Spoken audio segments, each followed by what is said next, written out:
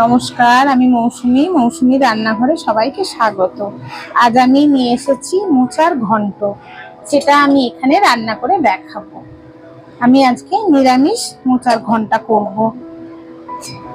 তার জন্য প্রথমে কড়াই সর্ষের তেল দিয়েছি, আর আলুগুলো আমি এইরকম ডুমো ডুমো করে কেটে নুন হলুদ মাখিয়ে রেখেছি। এবার এইগুলো আমি এই তেলে লাল লাল করে একটু ভাজবো। আমি মোচাটাকে ভালো করে কেটে একটু হলুদ জলে ভিজিয়ে রেখেছিলাম। তারপরে ওটাকে আমি এমনি জল দিয়ে নুন দিয়ে একটু সেদ্ধ করে নিয়েছি, ঢাকা দিয়ে লাল লাল করে ভাজবো। সেদ্ধ করে নিয়েছি। সেদ্ধ করে আমি এই মোচাটাকে একটু চটকে নিয়েছি, হাতে করে একটু চটকে নিয়েছি যাতে খোঁচা খোঁচা মনে না হয়। তাই একটু মাখো মাখো যাতে হয় সেই জন্য এটাকে একটু হাতে করে আলতো করে চটকে নিয়েছি। আর আমি একটু এখানে গোবিন্দভোগ চাল 10 মিনিট ভিজিয়ে রেখেছিলাম, ওটা আমি বেটে নিয়েছি। এই আলুটা ভাজা হয়ে গেলে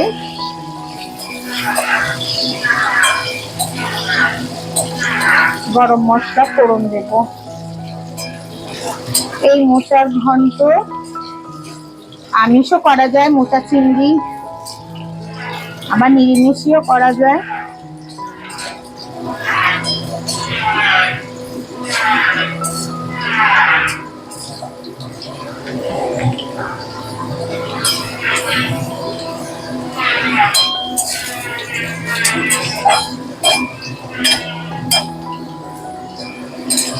কম বেশি সবাই মোচা কাটতে জানেন বেশিরভাগ, তাই আর কেটে আমি দেখালাম না কেমন করে ছাড়াতে হয়।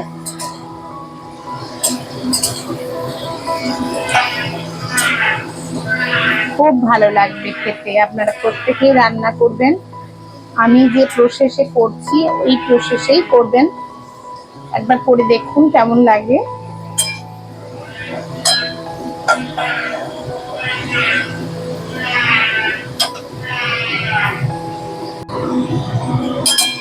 আলুটা এখানে লাল লাল করে ভাজা হয়ে গেছে, আমি আলুটা নামিয়ে নিচ্ছি।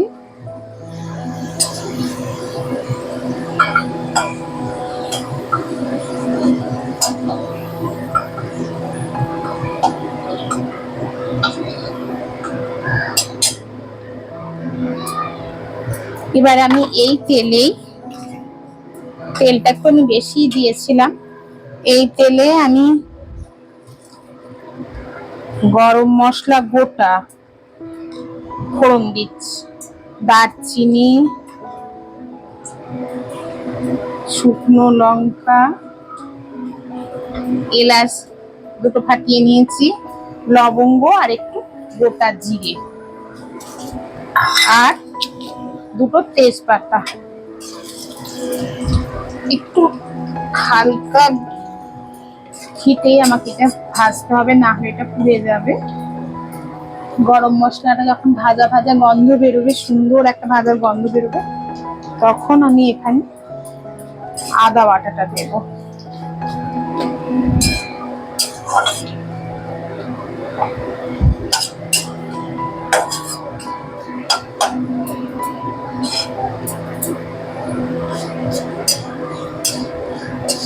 মানে গন্ধ বেরোচ্ছে, সুন্দর গন্ধ।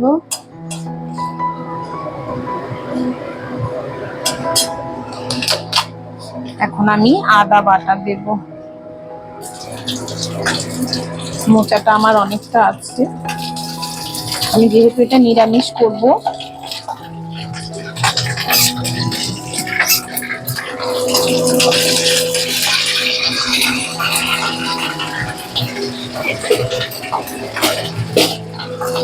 একটু হলুদ দিয়ে দিই, এত ফাটবে না।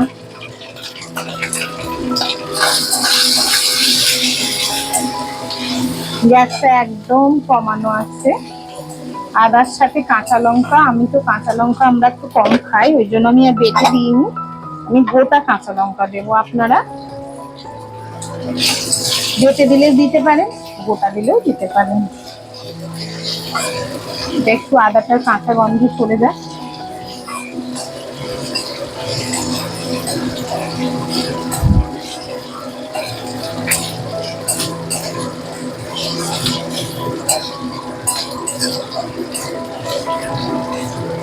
লঙ্কাগুলো খুব ঝাল।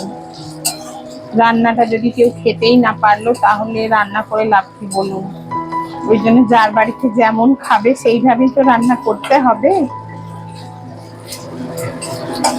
তাই অনেক কিছুই আমরা করি না।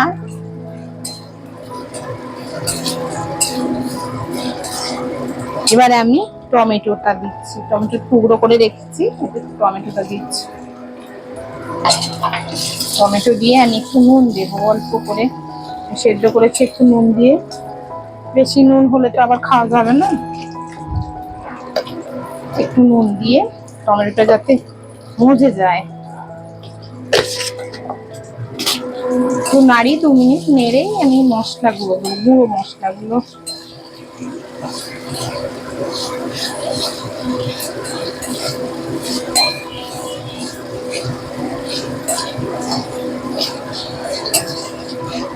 ঢাকা দিয়ে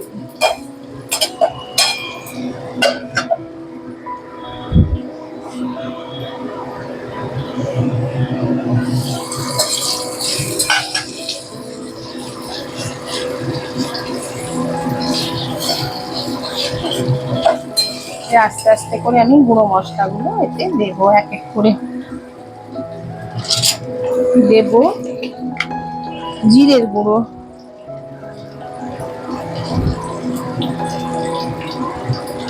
জিরের গুঁড়ো দিলাম। বেশি মশলা আমার ভালো লাগে না মোচাতে। একটু ধনে দিলাম, ধনের গুঁড়ো, একটু লঙ্কার গুঁড়ো, এটা আমার কাশ্মীর রেড চিলি,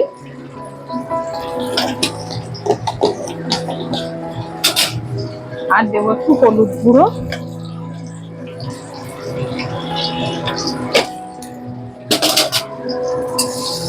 দিয়ে আমি একটু এটা কষিয়ে নেব। একটু হালকা জল দেব, যদি মশলাটা জানি পুড়ে না যায়।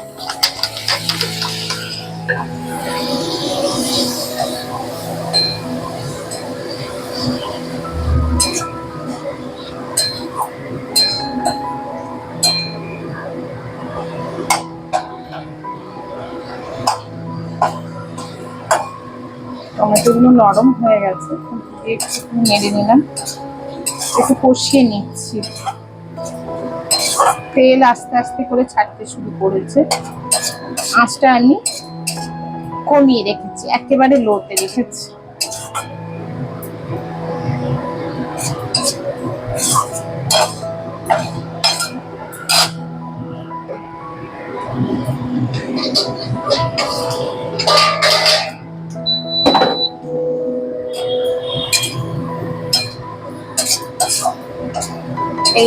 এই সময়ে আমি আলুগুলো দেব, ভেজে রেখেছিলাম। মোচা তো সেদ্ধ করা আছে, আলু ভেজে রেখেছি, তবুও আলু তো একটু শক্ত জিনিস, এই আলুটা একটু মিশিয়ে নিই। কি সুন্দর রং হয়েছে দেখুন, খুব সুন্দর লাগছে দেখতে। একটু গ্যাসটা বাড়িয়ে দিলাম।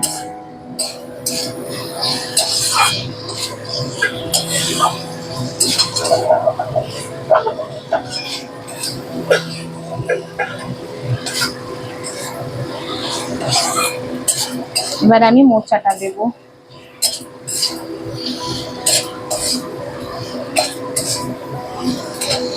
মোচাটাকে আমি হাতে করে এমনি মেখে মেখে নিয়েছি, চটকে নিয়েছি হালকা করে,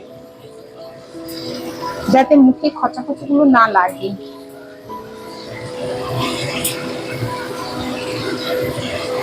আমার মোচাটা একটু বেশি আছে, আমি ভালো করে জল ঝরিয়ে নিয়েছি, একদম জল নেই।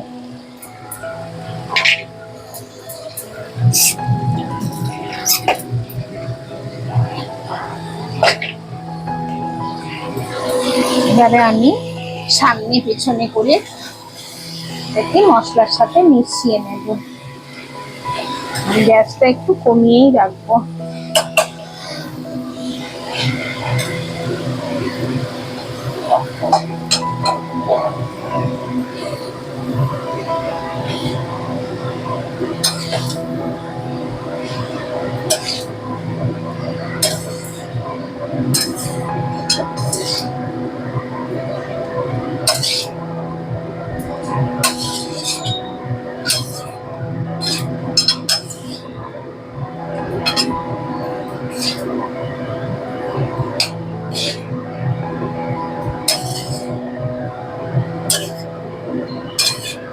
এইভাবে করে আমি কিছুক্ষণ ঢাকা দিয়ে রাখবো।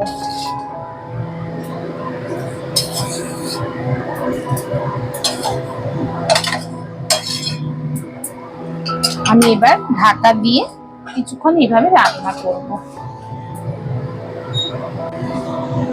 দেখি কতটা কি হয়েছে।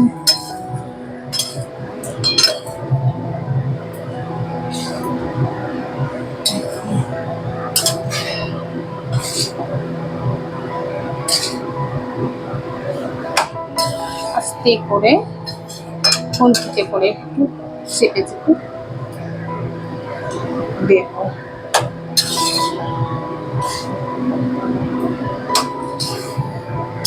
দেখুন কি সুন্দর রং হয়েছে। একটু নেড়ে চেড়ে আমি এখন এতে দেব এই গোবিন্দভোগ চাল, 1 মুঠো মতো 10 মিনিট ভিজিয়ে রেখেছিলাম, দিয়ে ওটাকে বেটে নিয়েছিলাম। এই গোবিন্দভোগ চাল বাটা এইটা আমি এখন এতে দেব। খুব সুন্দর লাগে, গন্ধটা এত সুন্দর, স্বাদটা আরো বাড়িয়ে দেয়।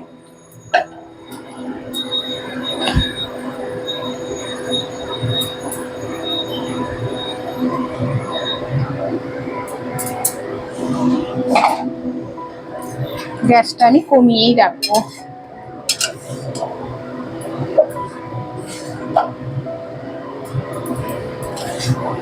সামনে পেছনে করে দিচ্ছি আস্তে আস্তে করে।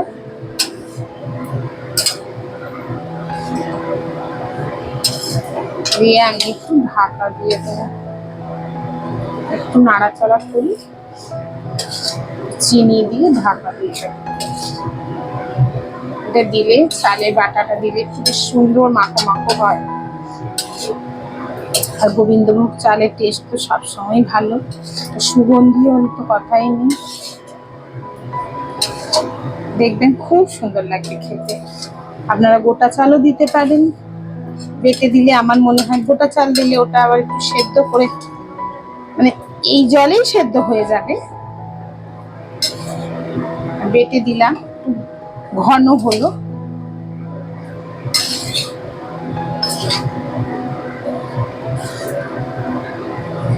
এবার আমি একটু চিনি দেবো, তো মোচা আলু সব সেদ্ধই হয়ে গেছে।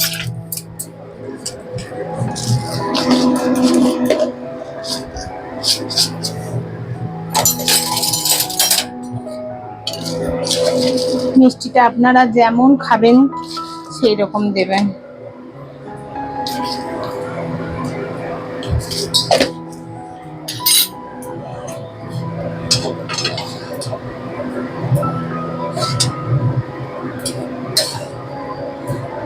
কি সুন্দর লাগছে দেখতে, শুধু দেখুন।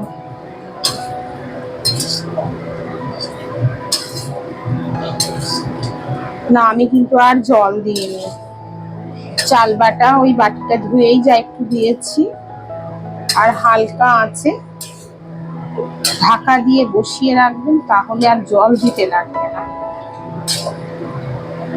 যদি মনে করেন তলাটা একটু লেগে যাচ্ছে কষানোর সময়, অল্প একটু দিতেই পারেন, কিছু হয় না।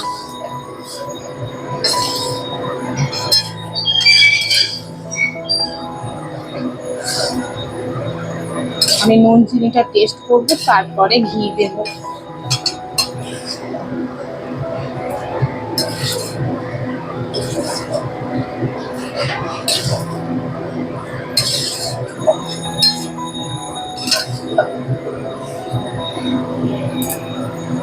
খুব সুন্দর লাগছে দেখতে।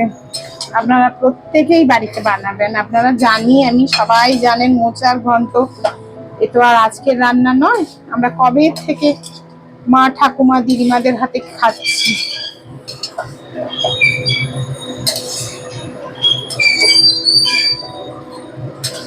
চেনা রান্নাও নতুন ভাবে করলে কিন্তু আরো খুব সুন্দর লাগে, জানা শোনা রান্নাও নতুন ভাবে উল্টে পাল্টে একটুখানি অন্যরকম করে করলে খুব সুন্দর লাগে খেতে।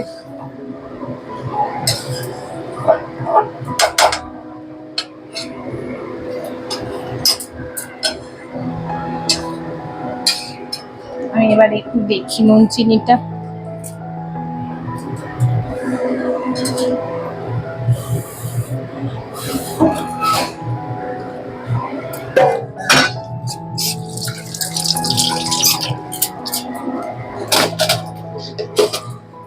নুনটা একটু দিতে হবে আমার। আমি একটু ভয়ে ভয়ে নুন দিয়েছি, আমি সেদ্ধ হওয়ার সময় দিয়েছি, আবার বেশি যদি হয়ে যায়।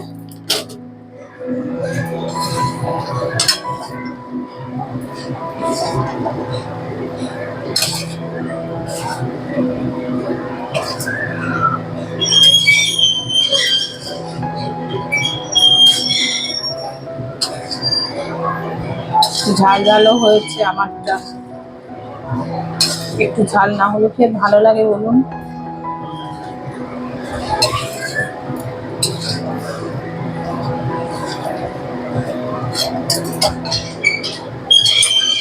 আমার হয়ে গেছে রেডি মোচার ঘন্ট। এবার আমি আরেকবার দেখে নিই নুনটা দিলাম তো, একদম ঠিক আছে। এখন আমি একটু ঘি দেব।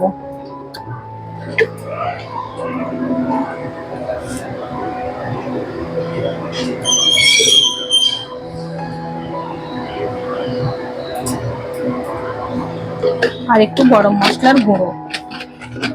ঝাল নুন মিষ্টি আপনাদের নিজেদের স্বাদ অনুযায়ী দেবেন।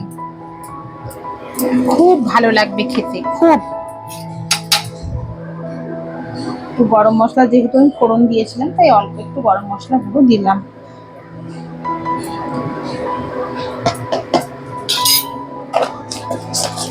দিয়ে আমি ঢাকা দিয়ে রেখে দেবো 2 মিনিট।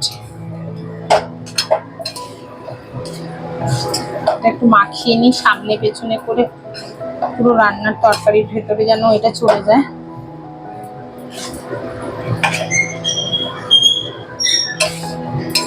আপনারা প্রত্যেকেই বানিয়ে খাবেন, বলবেন কেমন হয়েছে।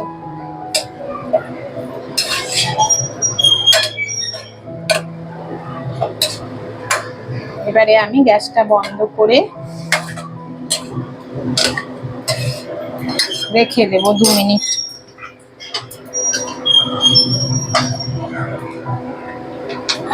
হয়ে গেল আমার মোচার ঘন্ট।